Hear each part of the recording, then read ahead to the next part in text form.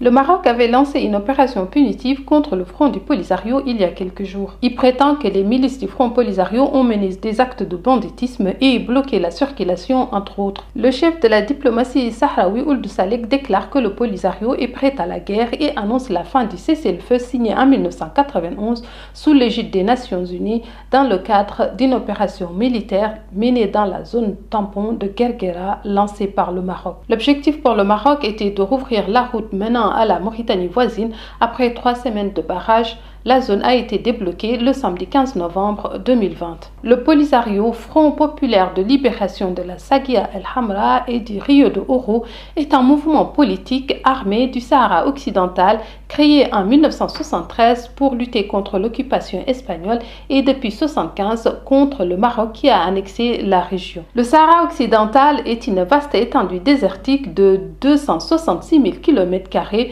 portant la côte atlantique au nord de la Mauritanie. C'est le seul territoire africain dont le statut postcolonial n'a pas été résolu. Après le départ de la puissance coloniale espagnole en 1975, le Maroc a pris le contrôle de 80% du territoire qu'il considère comme partie intégrante de son royaume. Soutenu par l'Algérie, le Polisario contrôle les 20% restants. Rabat propose l'autonomie sous sa souveraineté tandis que le Polisario réclame un référendum sur l'autodétermination prévu dans les accords de 1991 mais qui n'ont jamais été mis en œuvre. Chers amis, bienvenue dans Opinion Siraganisha. Je m'appelle Tanoum Lele et je donne mon avis sur l'actualité même si personne ne me l'a demandé.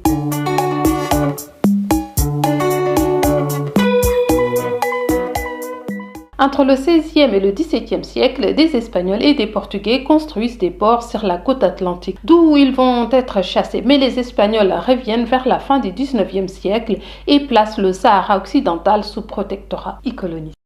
Il n'existait pas de frontière clairement définie jusqu'en 1912 entre les possessions françaises du Maroc et le Sahara occidental. Le Maroc devient indépendant en 1956 et rêve de reconstruire le Grand Maroc et revendique tous les territoires qui ont un jour fait partie du royaume, y compris la Mauritanie. C'est comme si le Mali revendiquait une partie de la Mauritanie du Sénégal sous prétexte que ces territoires avaient appartenu à l'Empire du Mali ou à l'Empire du Ghana. C'est au nom de ce même Grand Maroc que Hassan II refusera de reconnaître l'indépendance de la Mauritanie en 1960. Il contestera aussi les frontières tracées par les colons avec l'Algérie, conséquence de la guerre des Sables en 1963. Le Maroc avait décidé d'envahir une partie du territoire algérien. Vers la fin des années 1960, le Maroc reconnaît la Mauritanie et l'OUA aide à la résolution du conflit entre le Maroc et l'Algérie et rétablit les frontières entre les 3 pays. À la chute de Franco en 1975 se pose la question du territoire du Sahara occidental,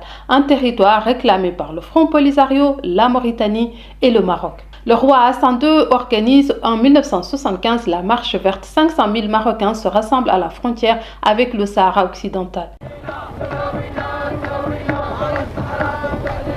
L'idée de cette marche, à moins que quelqu'un la lui ait suggérée, une idée politiquement géniale, même si on peut la critiquer, et cet homme le voici, il a 46 ans, c'est le roi du Maroc, Hassan II.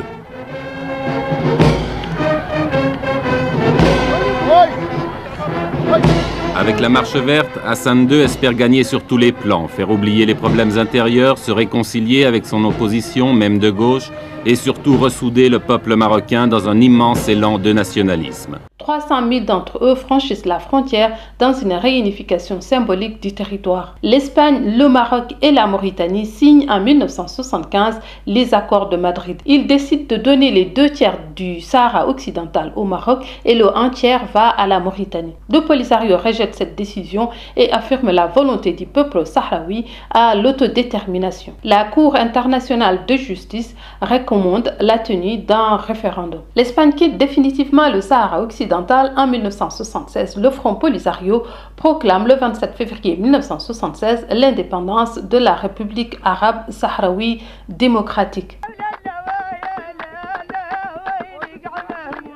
La race n'est pas un État reconnu, elle représente symboliquement l'effort de l'autodétermination des Sahraouis. Le Maroc et la Mauritanie entrent en guerre contre le Front du Polisario qui lui est soutenu par l'Algérie. En 1978, Ould Daddah, le président mauritanien, est renversé par un coup d'État. Le nouveau régime de Nouakchott signe un traité de paix avec le Front Polisario et renonce au un tiers des territoires sahraouis cédés par l'Espagne. Le Maroc annexe immédiatement ce territoire. Après de longues années de guerre, le Polisario a perdu 80% de son territoire au profit du Maroc. Ce dernier a construit 2700 km de murs de sable, le mur le plus infesté de mines au monde. La région est riche en minerais de fer, possède une côte poissonneuse, diphosphate, qui fait du Maroc le premier producteur mondial de phosphate. On comprend aisément pourquoi le Maroc veut rester là. Les deux pays vont se faire la guerre jusqu'en 1991, année où l'ONU obtient un cessez-le-feu entre les deux parties et la promesse d'un référendum à travers la MINURSO, mission pour le référendum au Sahara occidental. Le cessez-le-feu a tenu, mais il n'y a jamais eu de référendum. Le Maroc a investi plusieurs milliards d'euros pour rendre la région attractive pour en faire une colonie de peuplement. Dans la zone occupée par le Maroc, le ratio est de 7 Marocains pour un Sahraoui environ. Près de 125 000 Sahraouis vivent dans des camps à Tindouf en Algérie. Depuis, le Maroc mène une guerre d'usure indirecte. La tactique est simple, affaiblir financièrement et diplomatiquement le Front Polisario sur les plans international et régional en sabotant les soutiens de l'organisation. Le Maroc a réintégré l'Union africaine dans le but de faire expulser la RASD. Il avait quitté l'organisation à cause de l'adhésion de la RASD à l'Union africaine en 1984. Le Maroc a beaucoup investi dans des pays africains qui ont fini par retirer leur soutien au Polisario. Le Royaume a proposé un plan d'autonomie soumis à l'ONU en 2007 contre le référendum. Le Maroc est soutenu par la France, l'Espagne et l'Union européenne pour des raisons commerciales, la lutte contre l'immigration et l'islamisme. La France est le principal vendeur d'armes dans la région. Elle a tout intérêt à ce que le conflit perdure. Le Maroc assure le passage de la 6e flotte américaine, donc leur soutien va au royaume chérifien.